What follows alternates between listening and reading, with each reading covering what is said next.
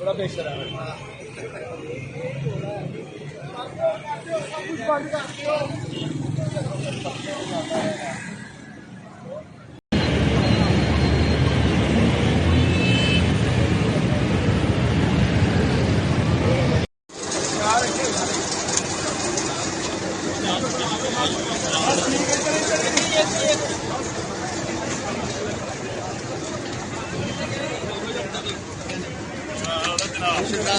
express great